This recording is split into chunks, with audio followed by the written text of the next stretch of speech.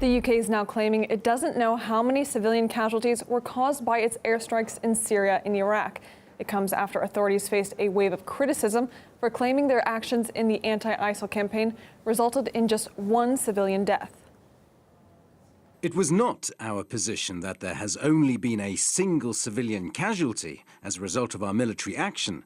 What we are saying is that we only have evidence of what we believe to have been a single civilian casualty. According to the UK Defence Ministry, the Royal Air Force conducted nearly 2,000 airstrikes during its engagement in Syria and Iraq in 2014, resulting in the deaths of more than 4,000 ISIL fighters. Human rights organization Amnesty International released a damning report last year accusing the coalition of failing to acknowledge the scale of damage the campaign caused civilians.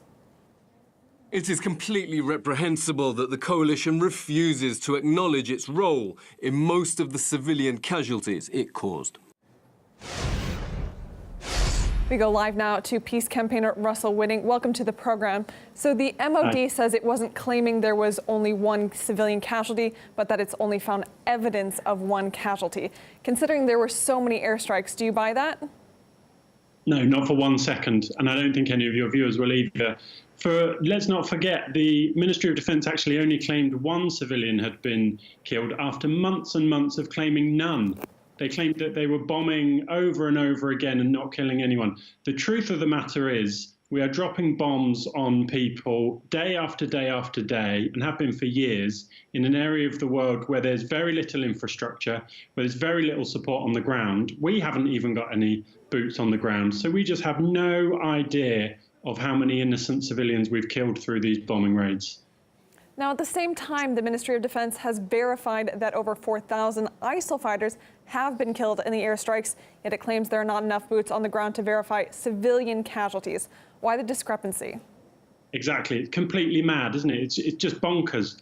The idea that you can know whether someone is an ISIL fighter or a civilian after a bomb has been dropped on them, the idea that you don't have enough boots on the ground for one category of people to be identified, but you do for another one. I'm afraid this just absolutely stinks of propaganda from our government, so that we will continue to support these ongoing wars, which the British public are just fed up with. We don't want to keep bombing the Middle East endlessly. We want our troops and our planes to come home. So why do you think the UK is finding it so difficult to release accurate figures, and do you think that the figures will now change at this point? I don't think the figures will change. I don't think any figure that we've been given about our involvement in Syria, Afghanistan, Iraq, Libya have been accurate, because we just don't know. We keep rushing into these interventions with no idea about who we're targeting. Don't forget, in 2013, we wanted to go into Syria to help President Assad, and now we're wanting to go in against President Assad. The whole thing is just so confused. This is what happens when you make foreign policy on the hoof, rather than actually have strategic objectives and strategic goals. The best thing to do would be to leave the people of Syria to have their own destiny in their own hands, and for British troops and British planes to come back to Britain. We saw Amnesty International repeatedly condemning the US-led coalition for not acknowledging the scale of civilian casualties, and that eventually forced their hand. Will the UK eventually follow suit, do you think?